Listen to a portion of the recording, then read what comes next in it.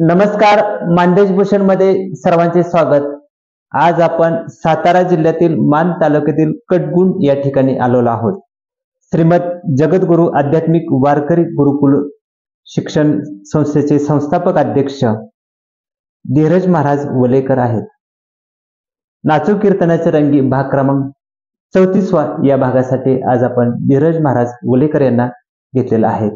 खरं तर ते कीर्तनकार आहेत आणि कीर्तनकार ते वारकरी शिक्षण संस्थेचे अध्यक्ष असा हा त्यांचा प्रवास आहे. कसा त्यांनी हा प्रवास केला या संदर्भात आज आपण त्यांच्याशी गप्पा मारणार आहोत. मानदेश भूषणचे संपादक अजित कुंभार यांचा सत्कार करताना धीरज महाराज वलेकर. रामकृष्ण हरी महाराज. रामकृष्ण महाराज, खरं तर पहिलाच प्रश्न आपला मुलाखतीचा आहे आणि तो प्रश्न म्हणजे तुमचे आई वडील काय करत होते? आई वडील शेती करत होते.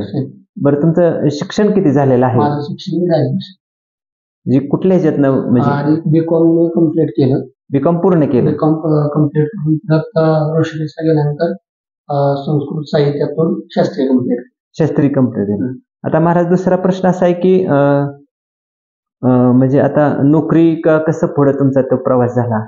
नोकरी नाही. बर, आता संप्रदायासाठी जीवन समर्पित केलं. आता महाराज, खरं तर अजून एक प्रश्न असा आहे की पंढरपूरची तुळशीची माळ गळ्यात घालण्याचा कसा प्रसंग आहे तो? लहानपणापासून संप्रदायाची आवड, भजनाची आवड. गावात जो नामसप्ताह बसायचा त्यामध्ये जाणं, टाळ घेणं, भजनामध्ये बसणं आणि त्यातून हळूहळू आवड निर्माण झाली. आणि निर्माण झाल्यानंतर जसं की साधू जीवनामध्ये, संत जीवनात आल्यानंतर आपल्या जीवनाला उद्धार होतो.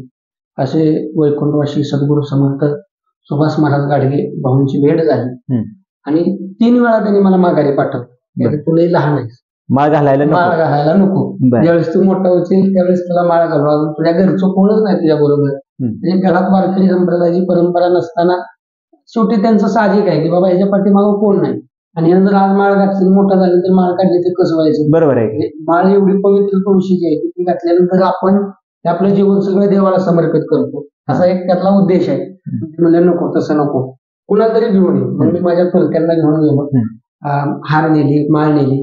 त्यांनी माझ्याकडे 2 मिनिटं असं पाहिलं. अजून काहीच कळत नाही. 3री 4थीचा मुलगा माळ घालायची, कसं घालायचं? बरोबर आहे. पण शेवटी माझी एक दृढ निश्चयता, आत्मीयता बघून त्याने ती माळ घातली. आणि तिथपासून म्हणजे जवळपास 2004ला माळ घातल्यानंतर आतापर्यंत सगळं जीवन त्यांच्या चरणावर समर्पित केलं.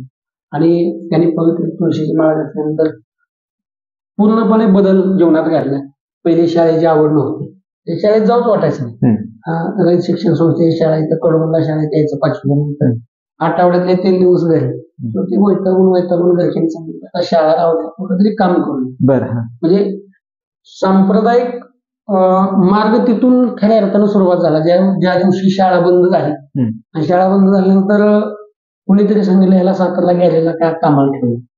म्हणून सगळी तयारी झाली, बॅग भरली. शाळेत शिकायची मानसिकता ना, मग काहीतरी काम करावं लागेल. बरोबर आहे. परिस्थिती घरची नाही, घरची रोजगाराला शेती, परिवाराचं उपजीवन कशावर चालणार? मग बाबा मोकळं बसण्यापेक्षा काहीतरी काम शिकलं पाहिजे. म्हणजे मेकॅनिकल वर, कुठं गॅरेजवर काम काहीतरी का लागेल. मग त्याच्या आदल्या दिवशी भाऊंना फोन केला, सुभाष भाऊंना. सुभाष महाराजांना फोन केल्यानंतर त्यांनी त्यांच्या पुतण्याचा म्हणजे आमच्या गोरक्षनाथ महाराज गाडगे यांचा अण्णांचा, आणि त्यांना फोन केल्यानंतर त्यांनी आळंदीला बोलवलं. आणि तिथं श्री गुरु हनुमंत महाराज गाडगेंच्या संस्थेत 2 वर्ष त्यांच्याजवळ राहिलो. आध्यात्मिक पाया चांगला मजबूत त्या ठिकाणी झाला. आणि तिथून पुढे हळूहळू वारकरी शिक्षण संस्थेमध्ये प्रवेश केला. प्रवेशिकेचा अर्ज भरल्यानंतर, परीक्षा दिल्यानंतर आध्यात्मिक शिक्षण घेत असताना श्री गुरु पंचाल महाराजांच्याकडे पक्वाज शिकण्याचा योग आला. पक्वाज काही साध्य झाला नाही, पण हळूहळू ज्या गोष्टीत साध्यता माणसाला प्राप्त होईल त्या माणसाने त्या गोष्टीने थोडस धरून चाललं. कीर्तनाची, बोलण्याची ढग गावली, सापडली. आणि सद्गुरु भाऊनी मला थोडस कीर्तनाचं माध्यम कसं असतं हे सांगून दिल्यानंतर त्या कीर्तनात थोडासा रस येऊ लागला, अभ्यास वाढवू लागला. तरी मानसिकता मन भरेल तेव्हा आपल्याला काहीतरी वेगळं शिकलं पाहिजे, जे की इथं नाही. मग त्याच्याकरता शास्त्र शिकलं पाहिजे, वेदांत शिकलं पाहिजे. मग कुठे शिकायचा? मला भागवत करण्याची मानसिकता अशी दृढ झाली होती, मला भागवत कथा करायची.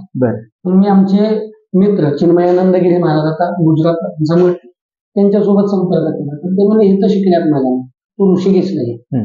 ऋषिकेशला आल्यानंतर मग थोडस तिथं आपण तिथं गेल्यानंतर कळलं की आपण जे करतो ते थोडस वेगळ्या अंगाने आपल्याला अजून भरपूर काहीतरी शिकण्यासारखं आहे. हे शिक्षण भरपूर घेण्याजोगं आहे. थोड्या एक 2-3 कीर्तन पाठ करून कीर्तनकार होता येत नाही हे त्यावेळेस कळलं. मग तिथून पुढचा जो प्रवास आहे ते गुरु श्रीगुरु श्रीहरी महाराजांच्या चरणी अध्ययन केलं. एवढं अध्ययन केलं की त्यांनी संस्कृतचा एवढा मोठा अभ्यास करून घेतला की संस्कृतचे जे ग्रंथ आहेत ते सगळे अध्ययन करून घेतले. लोकसिद्धांत कौमुद असेल, ब्रह्मसूत्र असेल, उपनिषद असतील, हे सगळं ग्रंथ शिकत भरपूर असं विद्यार्जन झालं. आणि तिथून झाल्यानंतर परत माघारी आलो, तिथं कथा कीर्तन करून आलो तरी मन गमेल बाबा काहीतरी वेगळं काम घडलं पाहिजे. कीर्तन सगळेच करतात, बरोबर आहे, प्रवचन सगळेच करतात, पण तालुक्यामध्ये परिसरामध्ये संप्रदाय वाढण्याकरता काय काम करावं. माझ्या व्यक्तिगत जीवनानुसार म्हणजे माहितीनुसार की कोरेगाव, खटाव आणि मान तालुक्यात माझंही पहिलं आध्यात्मिक पीठ आहे. बऱ्याच जणांनी प्रयत्न केला असेल, त्यांना यश आले नसेल, भरपूर नंतरचा विषय. पण मला सद्गुरू संत बाळामामांचा एवढा आशीर्वाद लाभला. मी जी गोष्ट करत गेलो त्या गोष्टीला यश येत गेलं आणि आज जवळपास 25 विद्यार्थ्यांचं संगोपन करण्याचं भाग्य मला प्राप्त होतं. त्यासारखं भाग्य दुसरं कोणतंच नाही. आता महाराज खरं तर बोलताना तुम्ही म्हणजे शिक्षण संस्था म्हणजे गुरुकुल शिक्षण संस्थेपर्यंतचा प्रवास बोलताना सांगितला. आमचा अजून एक म्हणजे मधलाच प्रश्न असतो की पहिलं कीर्तन कुठं झालं किंवा कसं लोकांनी ते हे केलं, म्हणजे काय मनात आलं, म्हणजे बऱ्याच वेळेला पहिलं कीर्तन कुठं झालं आणि कसं वाटलं तुम्हाला? तो पहिलं कीर्तन म्हणजे खऱ्या अर्थाने माझ्या जीवनातला तो आनंदाचा क्षण आहे. म्हणजे खऱ्या अर्थानं ज्यांनी संधी दिली ना ते मोठे अंतकरणाचे लोक होते. म्हणजे शक्यतो नवीन कीर्तन करायला संधी कोण देत नाही. बरोबर आहे. सुरखानवाडी मान तालुक्यात गाव आहे आणि तिथं आमचे मामा राहतात, म्हणजे आत्याचे मालक अशोक शंकर गलंडे. त्यांचा एक नाचणारा घोडा होता, त्यांचा तो व्यवसाय. आणि काही काळानं तो वारला, म्हणजे ऑपरेशन केलं आणि त्यात तो वारला. सोन्या त्याचं नाव माझ्या अजूनही लक्षात आहे. म्हणजे तो वारल्यानंतर 1 वर्षाचं पूर्ण झाल्यानंतर त्यांनी वर्ष श्रद्धा करायचं घोड्याचं आणि कीर्तन कोणाला ठेवायचं, बाबा तू कर. मग माझ्या जीवनात बरं आता माणसाच्या वर्ष श्रद्धाला कीर्तन करायला काहीतरी बोलल, बरोबर आहे, पण घोड्याचे कीर्तन करायला काय बोला, घोड्याचे कीर्तन करायचे वर्ष काय बोलायचं, बरोबर. मला प्रश्न अनेक प्रश्न, पण ते म्हणले तू कर, काय बोलायचे तू बोल. मग तिथं त्यावेळेस वाकीश्वरचं भजन मंडळ बोला, त्यावेळेस माझा परिसरात संपर्क. अभंग कुठला होता? म्हणजे अवघडच आहे ना ते. अवघड असा होता, पण त्या दिवशी अजून एक तिथी होती की तुकाराम महाराजांचा अनुग्रह दिन होता, माघ शुद्ध दशमी. आणि त्या दिवशी मग आता ते म्हणले बाबा नाही तुला वर्षाचा बोलता आलं, निमित्त काय बी असू दे, तुकाराम महाराजांचं चरित्र सांग. मग त्या दिवशी अभंग घेतला, तुकाराम तुकाराम नाम घेता कापी. म्हणजे माझा आजही म्हणजे जवळजवळ 2011 आज 2025 आहे, 14 वर्षात आजही तो अभंग माझ्या लक्षात आहे. कारण की त्या अभंगावर पहिलं कीर्तन केलं मोकळ्या पाठाने, माहीत नव्हता काय नव्हतं. आयुष्यातला सर्वात प्रसंग मोठा असतो, सगळा मोठा, विसरू शकत नाही. त्यावेळेस मला फेटा बी बांधता येत होता. एक वयस्कर बाबा होते, त्यांनी त्यांच्या डोक्याला फेटा बांधला आणि तो काढून माझ्या डोक्यावर, म्हणजे तो फेटा दिला व्हायचा असा खाली यायचा, तो सध्या दाबून राहा.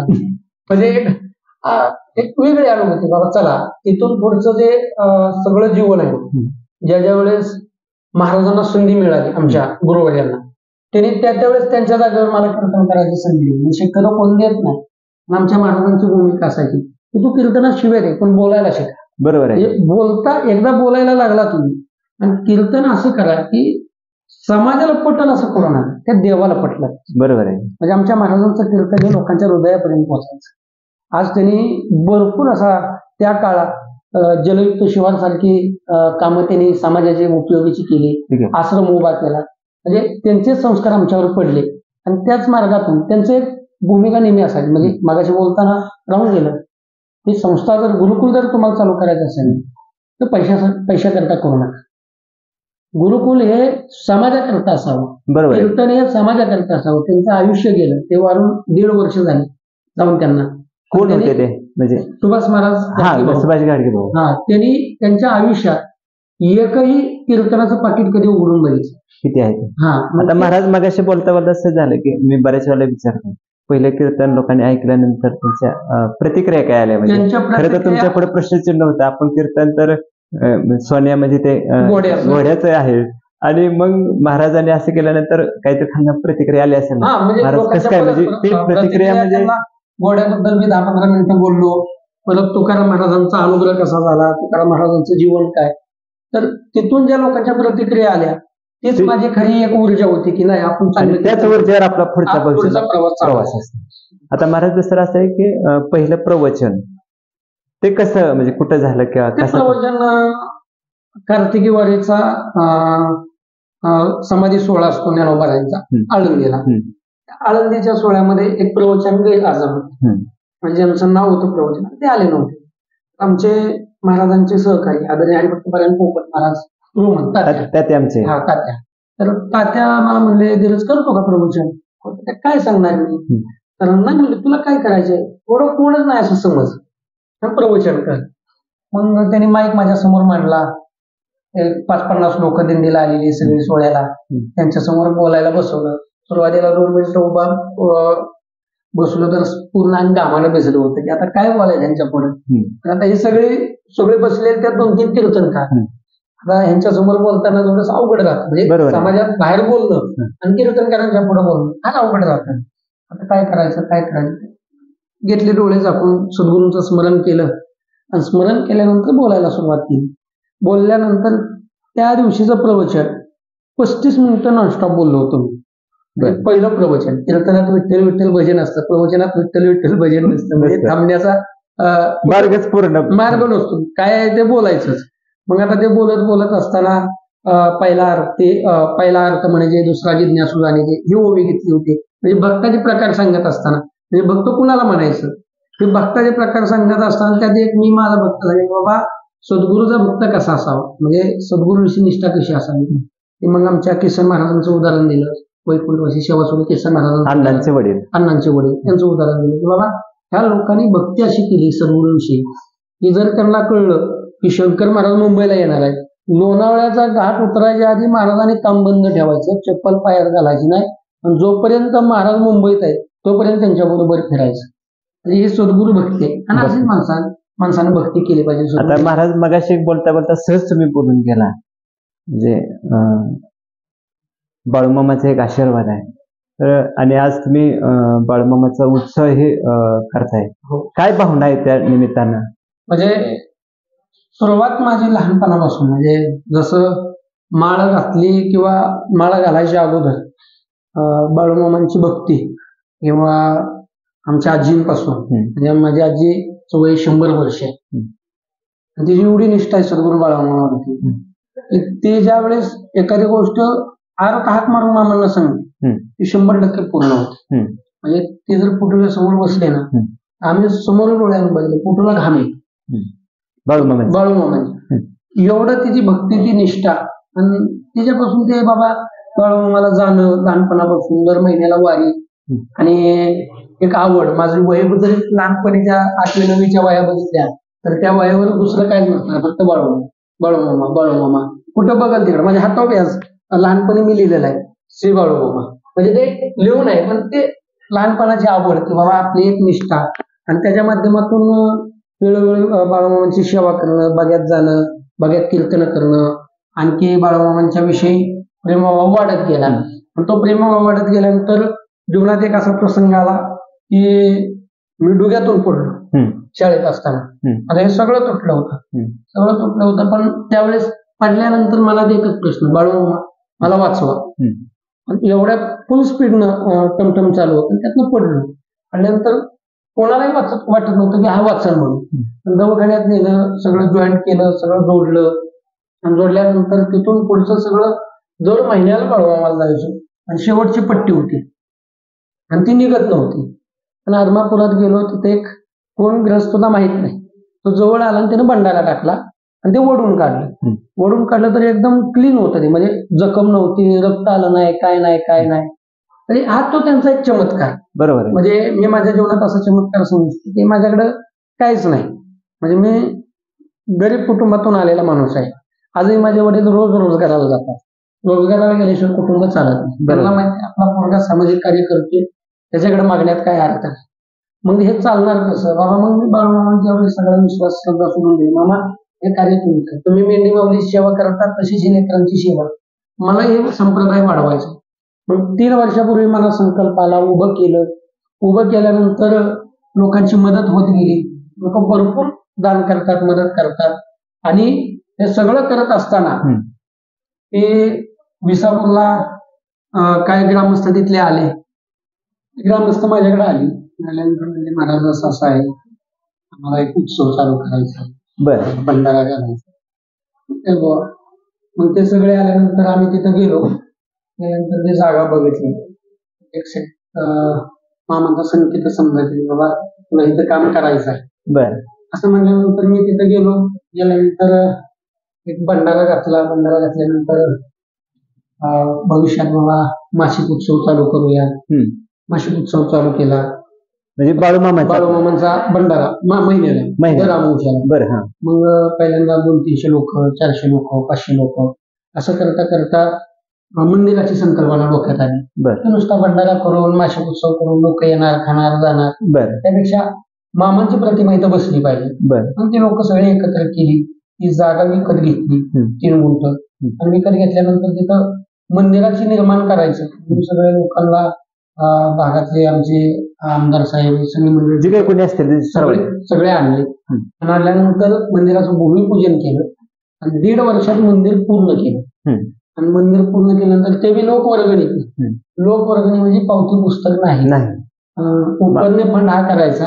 ज्यांची इच्छा आहे 10 रुपये, 5 रुपये जे काय देतील नावी अशा लोकांनी एका अंशाला 2-2 लाख 3-3 लाख रुपये मदत केली. आणि त्यातून ते मंदिर उभं राहिलं. आज माझ्या माहितीनुसार त्या मंदिराची चौकटच 5-7 लाख रुपयाची असेल. मूर्ती आहेत 10-11 लाख रुपयाच्या, अप्रतिम. आणि भविष्यात असं तीर्थ तयार होणं हे आपल्या हातून घडतंय. हे आपल्यासारखा भाग्यवान कोण आहे? मामाने ते करून घेतलं. आणि आज त्याला मोठं स्वरूप आलंय, तीर्थाचं स्वरूप आलंय. आज 15-20 हजार लोक दिवसाकाठी येऊन जातात. म्हणजे एक चांगलं काम आपल्या हातून घडलं, याचा एक आपण साक्षीदार आहे. आपल्या जीवनातलं भाग्य. म्हणजे इथून पुढे काय घडलं न घडलं, पण एक चांगलं काम घडलं याच्याकरता मामांचे आभारच मानावे. आभार म्हणजे आशीर्वाद त्यांचा. आता महाराज एक सांगा, खरं तर तुम्ही आता जगद्गुरु बाळूमामा जन्मोत्सव करताय, कसा तो किती दिवसाचा कार्यक्रम आहे आणि कोणकोणते कीर्तन कार्यक्रम आहेत? गेल्या 3 वर्षापासून बाळूमामांचा जन्मोत्सव साजरा करतो गुरुकुलावरती, आपल्या शिक्षण संस्थेवरती. जेणेकरून लोकांनाही घडावं. काही आदमापूरला जाता येत नाही, बागेत जाता येत नाही, कधी बागा जवळ असतो, लांब असतो. पण बाबा त्या लोकांची सोय काय, तर मग गुरुकुलावरती आपण जन्मोत्सव साजरा करतो. आता ह्या वर्षी दरवर्षी 1 दिवसाचा करत होतो. लोकांचा आग्रह की बाबा आम्हाला कधी येता येत नाही, त्यावेळेस मग त्या निमित्तानं 3 दिवसाचा कीर्तन महोत्सव ठेवला. गुरुकुलाचा वर्धापन दिन म्हणून बाळूमामांचा जन्मोत्सव.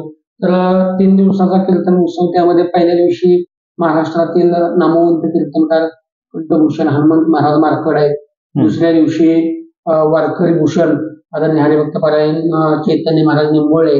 5ला त्यांचा 4ला हनुमंत महाराज मारकड, 5ला चैतन्य महाराज निंबोळे आणि 6ला जे महाराष्ट्रातले पहिले इंग्रजी कीर्तनकार आहेत, जे इंग्रजी मधून कीर्तन करतात, ते आमचे जिवलग मित्र वारकरी रत्न JS महाराज भाग्यवंत यांचं 3ऱ्या दिवशी कीर्तन आहे. रोज संध्याकाळी 7 ते 9 कीर्तन होणार, 5 ते 6 हरिपाठ होणार.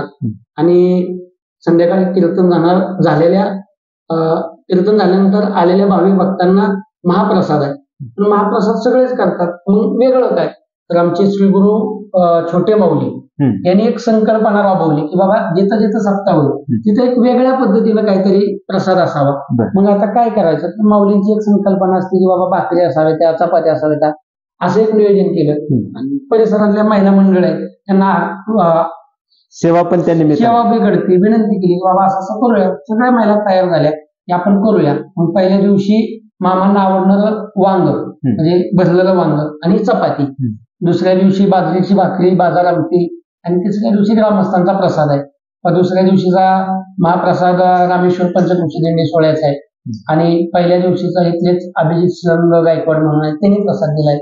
आणि या कार्यक्रमाला महाराष्ट्रातली विशेष मंडळी म्हणजे लोक ज्यांना ऐकण्याकरता जातात अशी गायनाचार्य मंडळी, वाजवणारी मंडळी उपस्थित राहणार. कोण कोण आहे ती काय त्यांची? त्यामध्ये प्रामुख्याने आदरणीय आमचे जीवलग मित्र सौरभास्कर सुनील महाराज पवार आहेत, संपत महाराज दानवे, विठ्ठल महाराज सत्रे, परत तुषार महाराज गाडे, संतोष महाराज माने, त्याचबरोबर अविनाश महाराज जाधव, इंडियन आयडॉल, आदित्य महाराज देवेकर, गणेश महाराज गुजर, शुभम महाराज कदम, निलेश महाराज आवळे, मनीष महाराज मोहिते. या कार्यक्रमाचं सगळं आशीर्वाद आमचे आदरणीय गोरक्षनाथ महाराज गाडगे यांचा आशीर्वाद आहेच. त्याचबरोबर मार्गदर्शक म्हणून आम्हाला आदरणीय अंगदी महाराज हजारे, ही सगळी मंडळी आणि संयोजनामध्ये शंकर महाराज, जयंत महाराज, मुन्ना महाराज, परत विजय महाराज चव्हाण आहेत, माऊली महाराज नेरकर, ही सगळी मंडळी आहेत आणि यांच्या माध्यमातून हा कार्यक्रम होतो. धन्यवाद. खरं तर बऱ्याच गोष्टी, पण आता शेवटचा प्रश्न आहे महाराज. खरं तर इतकं कमी वयात म्हणजे तुम्ही हा प्रवास गाठलेला आहे. बाळमामाचा आशीर्वाद आहेत, तुमचे प्रयत्न आहेत, सगळेच आहेत. बऱ्याच वेळा प्रयत्न केल्यानंतर आशीर्वाद आपोआप मिळतो. पण असं का मनात आलं की आता आपण ठीक आहे, कीर्तन प्रवचन करणं इथपर्यंत आपण प्रवास जाणू शकतो आणि वारकरी संप्रदायाला झोकून देण्यात ते आपण जाणू शकतो, किंवा आमचा मान तालुका आहे, तुमचा खटाव तालुका आहे. बऱ्याच आपण शिक्षण संस्था बघितलं तर इंग्लिश मिडियम वगैरे असे वेगळे संस्था निघत आहेत, इंजिनिअरिंग वगैरे वगैरे निघत आहे. असं का मनात आलं की आपण वारकरी शिक्षण संस्था म्हणजे गुरुकुल शिक्षण संस्था काढावी, असं मनात आलं ते? जाता जाता प्रेक्षकांना थोडक्यात ऐकण्याचा तो एक आपल्या परिसराचं आपण म्हणजे खटावमान तालुका बॉर्डरवरच आपण बॉर्डरवर, तर खटावमान तालुक्याचा पहिल्यापासून इतिहास आहे की बाबा हा भाग दुष्काळी आहे आणि दुष्काळी असल्यामुळं लहानपणापासूनच मुलांवर हे संस्कार की बाबा तुला चित्र न थांबता बाहेर जाऊन नोकरी करावी लागणार. म्हणजे प्रत्येकाचं मन, म्हणजे आम्ही जरी लहानपणी होतो तरी तुला पोलीस भरती करावी लागेल, आर्मीत जावं लागेल, काहीतरी म्हणजे जेवढे खटाव मान्य अधिकारी दिले तेवढे कुणीच अधिकारी दिले. दुष्काळी परिस्थिती असल्यामुळे शेती व्यवसाय नाही, काय नाही, त्याला ते शिक्षण घ्यावंच लागत होतं. पण ह्या शिक्षणाच्या बरोबर इंग्लिश मिडियमच्या शाळा आल्या आणि शाळा आल्यानंतर थोडीशी सांप्रदायिक भूमिका लोकांपासून लांब झाली, म्हणजे दूर गेली. शैक्षणिक दृष्ट्या आपण विकसित आहे, पण आध्यात्मिक दृष्ट्या, सांस्कारिक दृष्ट्या थोडस आपल्याकडे कुठेतरी कमतरता जाणवू लागली. आणि मला प्रश्न आला की बाबा आपण शिकलो पण आपल्या बरोबर चारचा फायदा झाला पाहिजे. मी कीर्तन करतो, कीर्तनात लोकांना ज्ञान सांगतोय, तिथून घरी आलो, झालं, समाजात संपर्क तुटला, पण त्यातून चार पोरं तयार व्हावी याच्याकरता काय आपण प्रयत्न करू शकतो. मग असा प्रयत्न करूया. अगोदर शिबिरं घेतली, एक गाव निवडायचं, 10 दिवसाचं शिबिर ठेवायचं, त्यात 100-200 मुलं गोळा करायची, त्यांना संप्रदायाची आवड तयार होण्याकरता प्रयत्न करायचा, हरिपाठ, प्रवचन, काहीतरी थोडस ज्ञानोबारांचं चरित्र, तुकोबारांचं चरित्र या माध्यमातून सांगायचं. मग लोकांना उत्सुकता वाटली की बाबा तुम्ही स्थायिक काहीतरी करा, की जेणेकरून यातून काहीतरी होईल. म्हणजे शिबिर घेतलं 10 दिवस फक्त मर्यादित झालं, बरोबर आहे. तिथनं पुढं काय करायचं, विद्यार्थी 10 दिवस येतील, आनंदानं राहतील, शिकतील, थोडं त्यांना भविष्य काय. मग त्याच्याकरता हा गुरुकुल चालू करण्याचा प्रयत्न केला. आणि त्याच्या पाठीमागे अजून एक उद्देश की बाबा गुरुकुल चालू करायचं, पण गुरुकुल चालू करत असताना अशा बेसवर करायचं की इथं येणाऱ्या विद्यार्थ्यांना फक्त आध्यात्मिक शिक्षणाबरोबर शालेय शिक्षण बी झालं पाहिजे आणि दुहेरी. आणि ते करत असताना आपण ज्या परिस्थितीतून गेलो, आई वडील रोजगार करायचे, त्या काळात 20 रुपये म्हणजे लय असायचे. कुणी जाताना 20 रुपये दिले, आळंदीला चालला, हे 20 रुपये नाही, तर ते 2000 सारखे वाटायचे. पण तशा परिस्थितीत अशी काही गोरगरिबांची मुलं असतील की त्यांना खरं शिक्षणाची गरज आहे, पण असं साधन मिळू शकत नाही. आता वारकरी संप्रदायामध्ये 35-40 हजार रुपये फी संस्था परवडणारी नाही, न परवडणारी आपल्या भागातल्या लोकांना. मग आपण असं करूया की आपण विनामूल्य चालू करूया, जेणेकरून गोरगरिबांच्या मुलांना इथं शिक्षण घेता येईल. मग असा संकल्प राबवल्यानंतर लोकांचाही प्रतिसाद चांगला मिळाला. अजूनही मी लोकांना आव्हान करू शकतो की बाबा खरं त्यांची परिस्थिती म्हणजे नाहीच, त्यांनी आवर्जून मुलं इथं आणून सोडा. आता संपर्क त्यांना सांगा ना. संपर्क आपलं गुरुकुल कडगुणला आहे, जे श्रीमद जगद्गुरु श्री संत कल्याण शिवक महाराजांच्या जन्मानं ही भूमी पवित्र झाली, महात्मा फुलेंची कुलभूमी आहे. त्या भूमीत काहीतरी एक आध्यात्मिक पीठ उभं राहावं याच्याकरता आपण इथं कडगुणमध्ये गुरुकुल चालू केलंय. माझं नाव धीरज महाराज वलेकर शास्त्री, माझा नंबर आहे 9870810574. या मोबाईलवर कधी 24 तास संपर्क करू शकता. आणि त्याच्या माध्यमातून तुमची जी भूतपूर्व विद्यार्थी आहेत की खरंच परमार्थाची आवड आहे अशा विद्यार्थ्यांना एक आणून सोडा. नसेल शक्य पक्वा शिकायचे, गीता शिकायचे, ज्ञानेश्वरी शिकायचे, त्याने आठवड्यातनं एक दिवस येऊन जरी इथं शिकून गेला तरी त्यांना वेळ देण्याकरता मी उपलब्ध राहील एवढीच विनंती तुमच्या माध्यमातून मी करेन. खऱ्या अर्थानं तुम्ही मला तुमच्या चॅनलच्या माध्यमातून समाजापर्यंत पोहोचवताय. खऱ्या अर्थानं तुमचं मन मोठं आहे. मी तुम्हाला खूप खूप धन्यवाद देतो. धन्यवाद महाराज. खरं तर मान खटाव हा जवळचा भाग आहे, खरं तर एक बंधूचंच नातं आहे. पण खरोखरच आनंद वाटतो सांगायला. खरं तर अत्यंत परिस्थिती हलाखीची असताना सुद्धा मी वारकरी म्हणून झाला, कीर्तन प्रवचनकार झाला आणि विशेष त्यापेक्षा एक पाऊल पुढे ठेवलं की जे आपण अनुभवलंय ते जगाला अनुभव मिळू नये.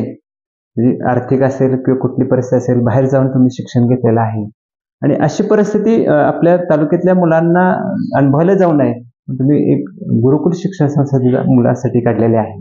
खरं तर महात्मा फुलेंची जन्मभूमी कडगुंच्या भूमी तुम्ही हे उभं करताय. बाळूमामाचा आशीर्वाद तुमच्या पाठीशी आहे, एक महात्मा फुलेंचं नाव तुमच्या पाठीशी आहे. अशा ह्याच्यातून विनामूल्य शिक्षण देताय, अजून त्यापेक्षा पुढे जाऊन. तर खरं तर मानदेश भूषणशी बोलताना तुम्ही सर्व जीवनाचा प्रवास सांगितला. महाराज, मला मानदेश भूषण परिवारातर्फे मनपूर्वक धन्यवाद आणि तुमची वारकरी शिक्षण संस्थेच्या प्रवासास मानदेश भूषण परिवारातर्फे मनपूर्वक शुभेच्छा. रामकृष्ण.